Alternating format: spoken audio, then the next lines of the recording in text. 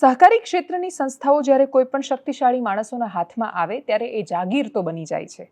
એ હકીકતને તમે નકારી નથી શકતા. પણ જે રીતે એકના એક વિધાનસભા ક્ષેત્રમાંથી વર્ષોથી નેતાઓ ચૂંટાઈને આવે છે અને પછી એ વિસ્તાર એમની જાગીર બની જાય છે, એ જ રીતે સહકારને પણ એ પ્રકારનું માળખું બની ગયું છે. એટલે કોંગ્રેસનું શાસન હતું ત્યારે દર 5 વર્ષે કે 6 વર્ષે કે દરેક ચૂંટણીમાં નેતાઓ બદલાઈ જતા, એવું નહોતું. કોંગ્રેસ છેક ખાસા વર્ષો સુધી સહકારમાં ખૂબ એક્ટિવ રહી અને એના પોલિટિક્સમાં જે પણ નેતાઓ રહ્યા એ મોટાભાગે એકના એક નેતાઓએ લાંબા સમય સુધી શાસન કર્યું. હવે કોંગ્રેસ પાસે ક્યાંય શાસન નથી એટલે એના નેતાઓ નથી, તો બહુ વિશેષ બદલાવ નથી આવ્યો.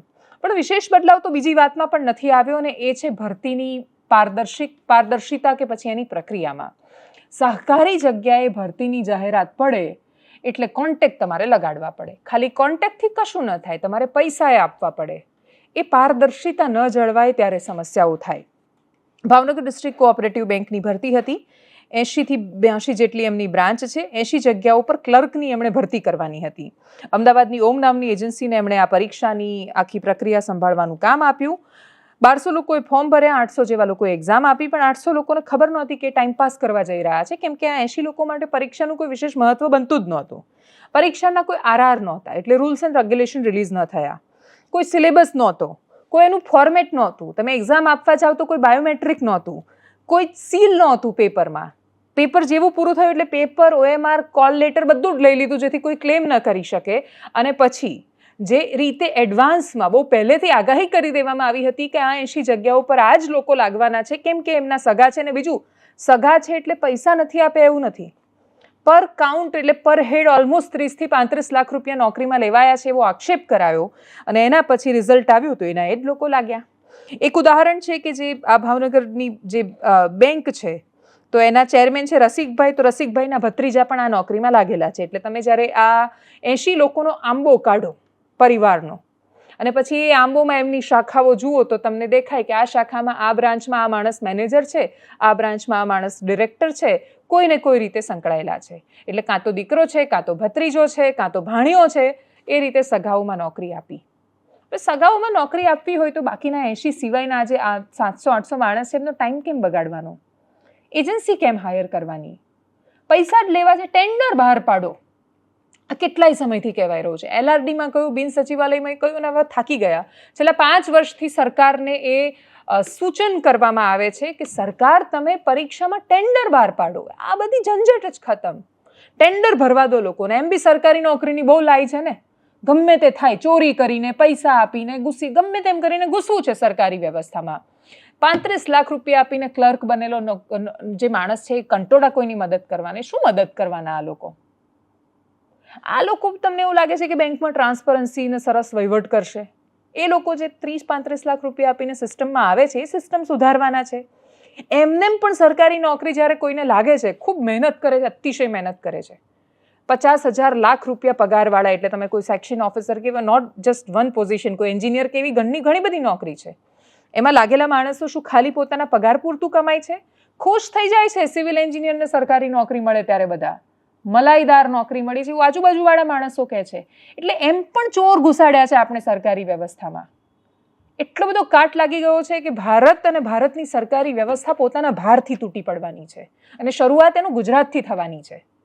કેમ કે ગુજરાતમાં ડેમોક્રેસી નહીં, આપણે બ્યુરોક્રેસીમાં જીવીએ છીએ અને એ બ્યુરોક્રેસીમાં આ બધા જ નેતાઓને કોઈને કોઈ રીતે 30-35 લાખ રૂપિયા આપીને સિસ્ટમમાં ઘુસાડે તો એના કરતાં સરકારને કમાણી થાય. સરકારે ટેન્ડર બહાર પાડવાનું. આની બેઝ પ્રાઇસ છે 5 લાખ, તમે બોલી લગાવો એટલે એક કે 5 લાખ, બીજો કે 10 લાખ, એક કે 15 લાખ, 20 લાખ, શું ખબર કરોડ રૂપિયામાં ક્લર્કની નોકરી લેશે લોકો. સરકારે એટલો આત્મવિશ્વાસ રાખવાની જરૂર છે કે તમે નોકરી વેચો, ખુલ્લેઆમ વેચો, એની નીલામી કરો અને પછી બોલી લગાડો તો સરકારને કેટલી આવક થાય? આ 80 જગ્યાઓ પર કરોડ રૂપિયા આપીને લોકો નોકરી આવે, સરકારને ખાસી આવક થાય. 80 કરોડ રૂપિયા બેઠા ભેગા થઈ ગયા. અને આ તો ખાલી એક બેંકની 80 જગ્યાની વાત છે.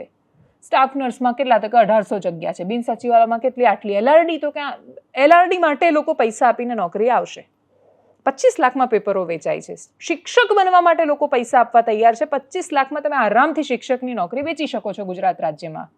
તો બધું વેચાઈ રહ્યું છે. બીજા કોઈ શું કામ વેચે?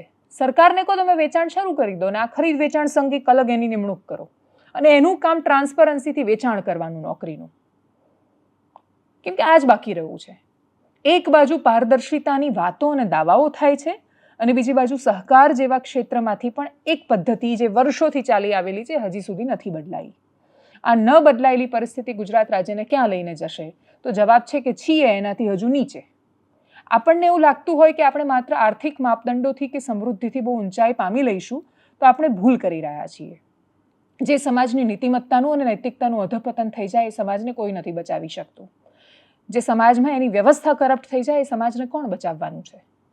આજ મામલા પર આ વિષયને જે બહાર લાવ્યા એ યુવરાજસિંહ જાડેજાએ શું કહ્યું સાંભળીએ. કહી શકાય કે ડિસ્ટ્રિક્ટ રજિસ્ટ્રારને રજૂઆત કરવામાં આવી, ત્યારબાદ એ ડિસ્ટ્રિક્ટ સ્ટેટ રજિસ્ટ્રારને રજૂઆત કરી, ત્યારબાદ આ લોકોને છૂટા કરવામાં આવ્યા હતા. હવે છૂટા કરી અને અત્યારે જે એની માનીતી કંપની અમદાવાદ ખાતેની ઓમ એન્ટરપ્રાઇઝ કરીને જે સંસ્થા છે, એજન્સી છે, એને કામ સોંપી અને સ્પર્ધાત્મક પરીક્ષાના માધ્યમનું તરકટ નાટક રચી અને પોતાના લોકોને આમાં નોકરી આપેલ છે. જેને ભૂતકાળમાં છૂટા કર્યા હતા એને આમાં સીધી ભરતી એટલે કે સ્પર્ધાત્મક પરીક્ષાના માધ્યમથી આ લોકોને નિમણૂક આપેલ છે. 11 તારીખના રોજ જ્યારે નિમણૂક આપવાની હતી, 2 દિવસ અગાઉ ભાવનગર ડિસ્ટ્રિક્ટ કોઓપરેટિવ બેંકના સીસીટીવી જોઈ લેવાની છૂટ રાતે ડિસ્ટ્રિક્ટ કોઓપરેટિવ બેંકના 80 ઉમેદવારને બોલાવવામાં આવે છે. પછી શા માટે બોલાવવામાં આવે છે? અને તમારે નિમણૂક આપવી જ છે તો જગ જાહેર કરો ને. તમામ ભરતીઓના મેરિટ યાદી, તમામ ભરતીઓના પરિણામ એ જગ જાહેર વેબસાઇટ ઉપર આવે છે. આ ભરતીનું કોઈ જ પ્રકારનું પરિણામ નથી વેબસાઇટ ઉપર આવ્યું કે નથી બીજી ત્રીજી રીતે કોઈ જાહેર કરવામાં આવ્યું. અને એ એસઆઈટીની રચનામાં અમારા જેવા નિષ્પક્ષ લોકોને ક્યાં કૌભાંડ કઈ રીતે ચાલે છે જેની એને માહિતી છે એવા લોકોને સામેલ કરી કાં તો નિવૃત્ત જજની અધ્યક્ષતામાં અથવા તો જે પાકસાપ ઈમાનદાર હોય તેવા લોકોને જોડે લઈ આની અંદર એસઆઈટીની રચના કરી જે ડિસ્ટ્રિક્ટ રજિસ્ટ્રાર હોય કે પછી સ્ટેટ રજિસ્ટ્રાર હોય એની ઉપર કાર્યવાહી કરવામાં આવે અને દાખલો બેસે.